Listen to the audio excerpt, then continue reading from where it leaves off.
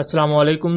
Welcome to M रात। दोस्तों, बात आज हम करने जा रहे हैं JF-17 थंडर प्रोग्राम के फ्यूचर को लेकर, और इसको लेकर जो मुख्तलिफ मिसकंसेप्शन या गलतफहमियां फैलाई जाती हैं हमसायों की तरफ से या उसके अलावा दूसरे सोशल मीडिया प्लेटफॉर्म्स पर, उनको लेकर डिटेल से बात करेंगे। यहाँ हम ये भी बात करेंगे कि अभी तक PL-15 long range BBR missile की तस्वीर JF-17 ब्लॉक 3 के साथ क्यों अवेलेबल नहीं है, जबकि इंडिया पर अगर हम देखें तो ऐसी कोई भी इंटीग्रेशन होती है तो उसी वक्त उसकी आपको हाई रेजोल्यूशन तस्वीर भी देखने को मिलती हैं, उसके साथ साथ उसकी वीडियो भी बाकायदा रिलीज की जाती है। लेकिन पाकिस्तानी साइड पर ऐसा क्यों नहीं है, इन चीजों को जरा डिग इन करने की कोशिश करते हैं। सबसे पहले हम अगर JF-17 थंडर के प्रोजेक्ट पर आ जाएं, इसके फ्यूचर पर आ जाएं, तो अभी तक हम जानते हैं कि JF-17 ब्लॉक 1, ब्लॉक 2, ब्लॉक 3 और B वेरिएंट जो ट्विन सीट वेरिएंट है वो बनाया गया है। पाकिस्तान के अलावा म्यांमार, नाइजीरिया इसे यूज करते हैं, और इसके बाद अजरबैजान और इराक भी JF-17 थंडर ब्लॉक 3 को इस्तेमाल करेंगे। और पाकिस्तान एयरफोर्स भी 50 JF-17 ब्लॉक 3 अपनी एयरफोर्स में इंडक्ट करेगी। तो इस दौरान 160 से ज्यादा JF-17 थंडर पाकिस्तान एयरफोर्स की सर्विस में होंगे। और अगर बाकी मुल्कों की एयरफोर्सेज में जो ये JF-17 एयरक्राफ्ट इंडक्ट किए जाएंगे तो ये 250 से ज्यादा एयरक्राफ्ट बनते हैं। लेकिन फिर सबसे बड़ा क्वेश्चन तो ये खड़ा होता है कि JF-17 ब्लॉक 3 के बाद क्या होगा। क्या पाकिस्तान एयरोनॉटिकल कॉम्प्लेक्स की जो पूरी असेंबली लाइन है, ये पूरी फैसिलिटी है, ये बंद हो जाएगी या इसमें मजीद हमें एक्सपेंशन देखने को मिलेगी?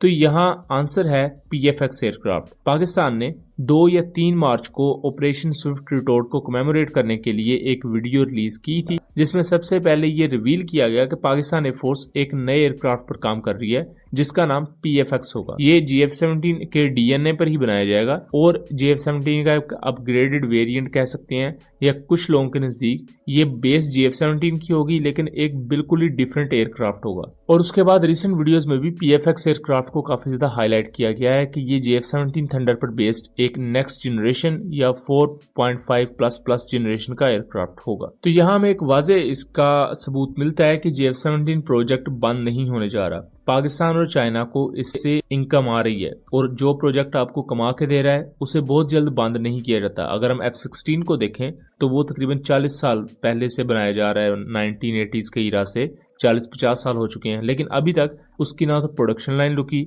ना उसके मुख्तलिफ वेरिएंट्स आना रुके। डिजाइन वही होता है, अंदर जो चीजें होती हैं, मिशन कंप्यूटर सिस्टम होता है, रेडार्स होते हैं, ये चेंज कर दिए जाते हैं, और आज वो एयरक्राफ्ट ब्लॉक 70 तक जा चुका है। इसी तरह अगर JF-17 को देखें तो इसमें पोटेंशियल है। मुख्तलिफ कंट्रीज ने इसको खरीदा भी है, मुख्तलिफ कंट्रीज इसको खरीद भी रहे हैं, और आने वाले वक्त में पाकिस्तान और चाइना की डिप्लोमेसी पर इन चीजों का इन्हिसार होगा कि किस हद तक ये पिच कर पाते हैं और किस हद तक कंट्रीज को इसकी तरफ अट्रैक्ट करते हैं, क्योंकि यह जाहिर बात है पाकिस्तान और चाइना का रोल अहम होगा। इसीलिए इस प्रोजेक्ट को बंद नहीं किया जाएगा, रादर इसी की बेस पर न्यू फाइटर एयरक्राफ्ट को डेवलप किया जाएगा जो कि 4.5++ जनरेशन का होगा, जैसे कि हम KF-21 को देखते हैं। इंडियन डिफेंस रिसर्च विंग के मुताबिक और इंडियन ओरिजिन यूरेशियन टाइम के मुताबिक PFX एयरक्राफ्ट इंडिया के तेजस MK2 एयरक्राफ्ट जैसा एक एयरक्राफ्ट होगा। अगर हम तेजस MK2 को देखें तो ये तेजस MK1 का एक हैवी वेट वर्जन है। ये single engine medium wait aircraft है जो कि ज्यादा मैक्सिमम टेक ऑफ वेट के साथ आता है, ज्यादा वेपन्स कैरी कर सकता है, और तकरीबन J-10C और F-16 की कैटेगरी में आ जाता है। जबकि जो तेजस MK1 है ये JF-17 block 3, JF-17 block 2, block 1 जैसा लाइट कॉम्बैट एयरक्राफ्ट है। और जो लाइट कॉम्बैट एयरक्राफ्ट होते हैं ये आपके top of the line aircraft नहीं बन सकते। इसकी कुछ अहम चीजें होती हैं जो समझने की जरूरत है कि ये छोटे एयरक्राफ्ट होते हैं, इंजन में इनमें बहुत ज्यादा पावरफुल नहीं लगाए जा सकते, छोटा एयर फ्रेम होता है, वेपन्स निस्बतन कम लेके जा सकते हैं, इस वजह से ये आपकी सेकंड लाइन ऑफ डिफेंस में आते हैं। इसके साथ साथ जो मेन लाइन ऑफ डिफेंस होती है वहां आपके हैवी वेट एयरक्राफ्ट होते हैं या मीडियम वेट एयरक्राफ्ट होते हैं। जैसा कि पाकिस्तान इन JF-17 को यूज करता है J-10C और F-16 के साथ एक कम्बिनेशन में, कि सबसे पहले अगर F-16 और J-10C जा रहे हैं तो उनके पीछे जो सेकंड लाइन ऑफ डिफेंस है वो JF-17 हों, क्योंकि इस तरह एक लाइट कॉम्बैट एयरक्राफ्ट से आप अच्छा काम ले सकते हैं, क्योंकि इनके पास ज्यादा रेंज नहीं होती। सेम इसी चीज को आप तेजस के साथ भी कंपेयर कर सकते हैं कि इंडिया की तरफ से सबसे पहले राफेल और Su-30s आते हैं जो कि हैवी वेट एयरक्राफ्ट है, उसके बाद तेजस, मिराज 2000 इस तरह के जहाज आते हैं। लेकिन लाइट कॉम्बैट एयरक्राफ्ट का अपने आप में बड़ा फायदा ये होता है कि ये बहुत ज्यादा कम खर्च होते हैं। जितने में इनके 2-3 जहाजों ने जाके ऑपरेशन करना होता है, जितनी कॉस्ट उनकी होती है उतनी ऑपरेशनल कॉस्ट सिर्फ एक हैवी वेट एयरक्राफ्ट की होती है, तो ये काफी डिफरेंस होता है। उसके अलावा इनको मेंटेन करना भी काफी आसान होता है।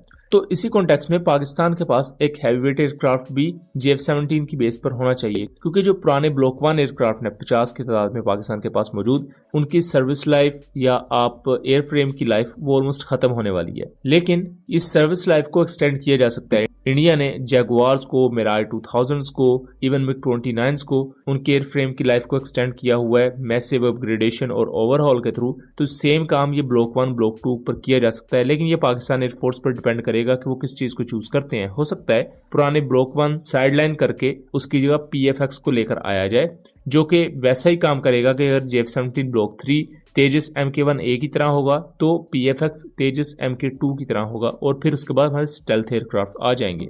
लेकिन यहाँ बहुत आम चीज ये है कि PFX और तेजस MK-2 में कुछ चीजें सिमिलर हैं, जैसा कि दोनों का अभी तक एक पुर्जा भी नहीं बना, दोनों अपने इनिशियल डेवलपमेंट स्टेजेस पर है।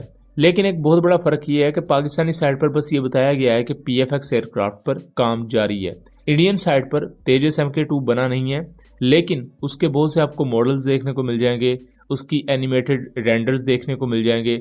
मतलब कि इंडियन साइड पर मॉडल्स बनाना, अपनी चीज़ों को खुलकर प्रेजेंट करना, ये चीज़ नॉर्मल है, जिसकी वजह से ये होता है कि एक प्रोजेक्ट जो अभी अगले 5-6 साल तक कंप्लीट होगा, 10 साल तक कंप्लीट होगा, उसके बारे में भी बहुत कुछ हमारे सामने मौजूद होता है। तो बेसिक ये डिफरेंस होता है। अब अगर आप JF-17 ब्लॉक 3 और तेजस MK-1A का ही कंपैरिजन कर लें, तो तेजस MK-1A अभी फॉर्मली इंडक्ट नहीं हुआ इंडियन एयरफोर्स में, लेकिन डेनमार्क की तरफ से उसके इंजन चार्ज एम्पलीफायर पर पाबंदी लगी हुई है। उसके साथ साथ इंडियन डिफेंस रिसर्च विंग ने खुद ये रिपोर्ट किया है कि जो 2 तेजस एयरक्राफ्ट के स्क्वाड्रंस हैं सुलूर एयरबेस, उनमें टेक्निकल ग्लिचेस आ रहे हैं, अवेलेबिलिटी इशू है, मेंटेनेंस से रिलेटेड इशूज हैं, जिसको इंडियन साइड पर निगेट किया जा रहा है और बहुत ज्यादा बैकलैश आ रहा है कि ये खबर किस तरह बाहर आई है, व्हाटएवर।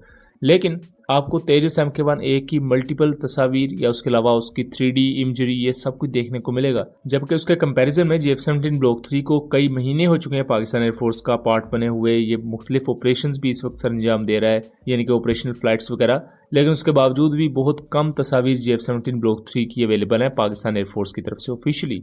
सो इस वजह से पाकिस्तानी साइड पर थोड़ी सी कंस्ट्रेंट्स होती हैं। आप समझ सकते हैं कि डाटा बहुत जल्द अवेलेबल नहीं होता, जिस वजह से बात करने में थोड़ी परेशानी होती है इन चीज़ों को लेकर। बहरहाल अब हम दूसरी चीज़ पर आ जाएं कि एक ये भी मिसकंसेप्शन फैलाई जा रही थी कि PL-15 long range BVR missile को JF-17 ब्लॉक 3 के साथ चूंकि नहीं देखा गया, तो यही कंसीडर किया जा रहा है कि ये इंटीग्रेटेड नहीं है। अगर आपको याद हो 3 से 4 माह पहले भी जब इसकी इंडक्शन नई हुई थी, तो हमने यही क्लेम किया था कि PL-10 और PL-15 दोनों इंटीग्रेटेड है। पाकिस्तान एयरफोर्स जब मुनासिब समझेगी तो इनको अनवील किया जाएगा। अब रिसेंट जो एक वीडियो रिलीज की गई पाकिस्तान एयरफोर्स की तरफ से, उसमें JF-17 ब्लॉक 3 एयरक्राफ्ट ने PL-10 high of board side short range missiles को कैरी किया हुआ है। Same goes for the PL-15। PL-15 already integrated है और ये चीज़ हम अपने कंफर्म सोर्सेज की बेस पर आपको बता रहे हैं, लेकिन वो जाहिर बात है अगर उनकी तस्वीर एयरफोर्स नहीं अभी दिखा रही तो उसके पीछे कोई रीज़न होगी, और जब मुनासिब होगा तो एयरफोर्स आपको बाकायदा तस्वीर भी दिखा देगी। किसी एयरफोर्स की ऑफिशियल वीडियो में आपको देखने को मिल जाएगा कि PL-15 भी JF-17 ब्लॉक 3 में लगा हुआ है। लेकिन अगर सेम इसी तरह की कोई फीड इंडियन साइड पर होती तो वो लॉन्ग रेंज BVR मिसाइल दिखाना तो दूर की बात, इन्होंने बाकायदा मॉडल्स बना के हर एयरबेस पर लगा देने थे। तो ये डिफरेंस होता है, ये अप्रोचेस का डिफरेंट है पाकिस्तान और इंडियन साइड पर, तो इस पर हम आगे किसी भी किस्म की बहस नहीं कर सकते। सो ये था एक एनालिसिस। उम्मीद करता हूँ चीज़ें क्लियर रही होंगी। वीडियो पसंद आई हो तो इसे ज़्यादा से ज़्यादा शेयर कीजिएगा एंड चैनल को सब्सक्राइब कीजिएगा। मिलेगा अगली वीडियो में, तब तक के लिए अल्लाह हाफिज़।